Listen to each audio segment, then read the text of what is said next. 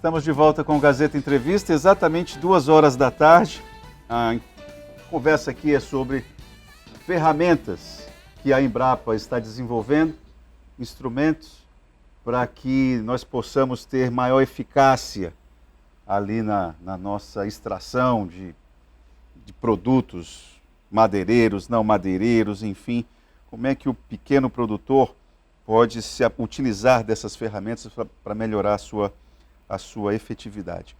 Ô Bruno, antes da gente falar com mais detalhes a respeito dessa ferramenta, desse manejo 4.0, né, que vocês falam, né? Exato. Eu queria lembrar o seguinte, no governo do ex-presidente Jair Bolsonaro, principalmente na primeira metade do governo dele, ganhou força ali em torno do ex-ministro da Economia, Paulo, como é o nome dele? Guedes. Paulo Guedes, ministro Paulo Guedes. Ganhou força ali em torno do ministro Paulo Guedes a ideia de privatizar a Embrapa. É algo tão fora do esquadro que a gente até pensava que isso era uma fake news, que era um absurdo total, de tamanho o impacto que isso teria. Bom, o fato é que a Embrapa teimou, o povo brasileiro decidiu mudar de rumo e a Embrapa completa 50 anos, é isso, né? É agora Foi no dia 26 de abril. De abril, isso, abril, isso. Exatamente, 26 de abril. E aí, a Embrapa Acre, como é que se sente participante desse momento? Foi no dia 26 de abril, né? Tivemos uma cerimônia, uma solenidade muito interessante lá em Brasília. Eu tive a oportunidade de estar lá. No dia 10 de julho, a Embrapa Acre completa 47 anos. Então, a Embrapa nacionalmente fazendo 50 e a Embrapa Acre em julho fazendo 47. No governo passado, de fato, ventilou-se isso, né? Essa possibilidade de privatização, inclusive com uma série de outras empresas.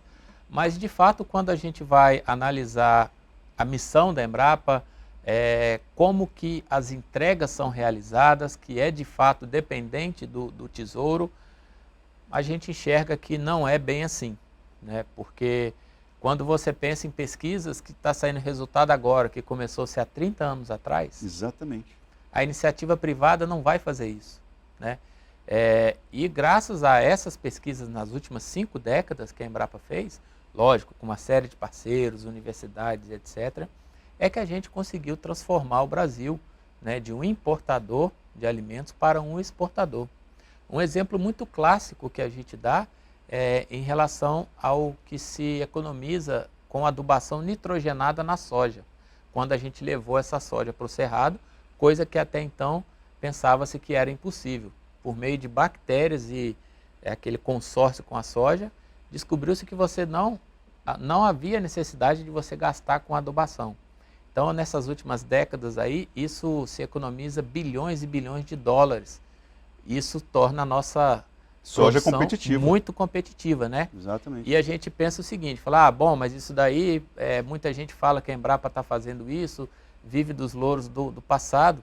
E aí eu trago um outro dado importante. Recentemente a Embrapa lançou o Bioma Foz, que é justamente bactérias também que vão contribuir para as lavouras, que ela consegue disponibilizar fósforo.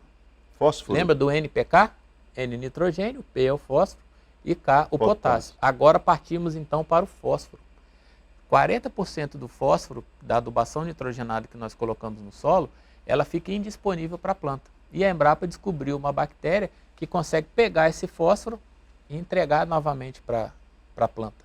Ou seja, estamos passando por uma nova revolução na economia dos insumos e agora nessa questão dos adubos fosfatados. Então, é uma nova revolução que está acontecendo. Então, isso mostra que a Embrapa contribuiu grandemente com o nosso país nas últimas 5 décadas e a gente espera que nas próximas 5 aí continue contribuindo.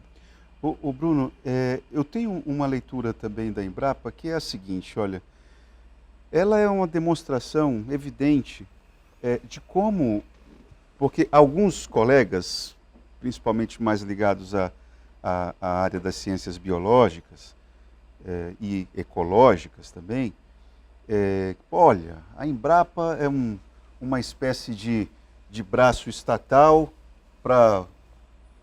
foi criada para poder desenvolver a pecuária, é um projeto muito vinculado à pecuária. Bom, talvez ali no escopo, no início, guardasse alguma relação mais direta com a pecuária, mas a história da Embrapa se consolidou a partir do momento em que a Embrapa conseguiu entender a diversidade brasileira, Sim. não é? E em cada região, a Embrapa dar uma cor local. Então, você pega a Embrapa Acre, ela tem um perfil de pesquisa e de estudos que é diferente da Embrapa de Centro-Oeste, do Sul, etc. E essa compreensão da diversidade brasileira que a Embrapa teve é que dá força ao órgão. Exato. Então, hoje a gente não consegue mais, não concebe mais o desenvolvimento da agricultura e da pecuária do Brasil sem passar pelos laboratórios da Embrapa. O que eu estou falando isso por quê?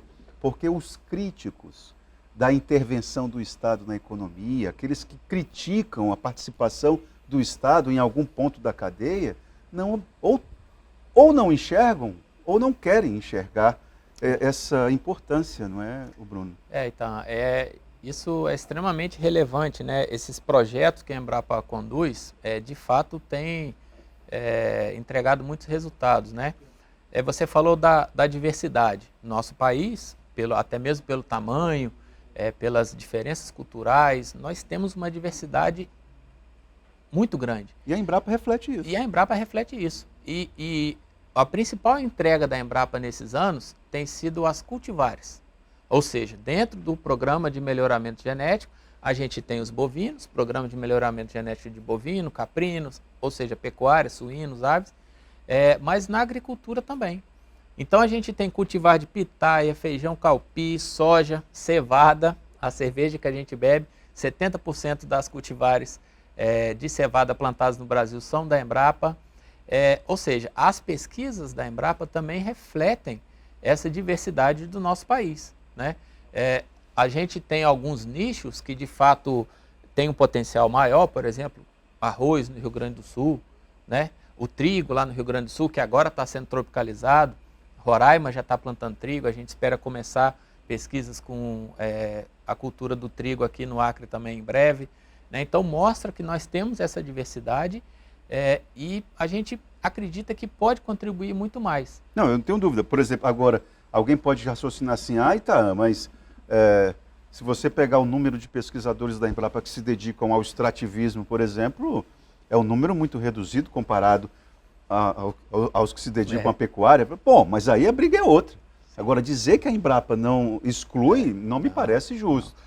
Uma cadeia importantíssima para o Estado que a gente atuou e atua fortemente é a cadeia da farinha. Junto com o trabalho em parceria com o Sebrae, nós conseguimos fazer a indicação geográfica da farinha. É o primeiro selo de indicação geográfica de um produto com origem da mandioca, né? Então, os produtores de Cruzeiro do Sul, com toda aquela peculiaridade da produção, a nossa farinha que é reconhecida no Brasil todo, nós conseguimos demonstrar que aquilo ali, de fato, é algo específico do Acre, do Vale do Juruá, mais especificamente, que não há outra localidade que tem essa preciosidade que é esse tipo de farinha. Então, até nisso, a Embrapa atuou em parceria com o Sebrae. Quer comer farinha boa? É aquela ali, feita naquele lugar chamado Vale do Juruá. Exatamente. Bruno, nosso tempo já acabou. Estou levando caramba aqui, porque nós já estamos estourando. Muito obrigado pela tua vinda aqui. Perdão, exatamente. Informações. Por favor, coloca aí, Lala. É só a pessoa que quiser ter acesso a uma série de informações a respeito de várias técnicas, informações relacionadas às cadeias produtivas do Acre, por favor, .embrapa.br/Acre, é lá que você encontra. Muito obrigado, Bruno, pela tua vinda aqui. E vamos para o intervalo. Na volta, senador Sérgio Petecão. Tem informações importantes, né? Porque aquela visita de sexta-feira ali, tem informações que foram passadas lá que não sei não. Nossa equipe apurou hoje pela manhã. Eu acho que o senador tem algumas coisas a explicar por aqui. Vamos para o intervalo e já voltamos.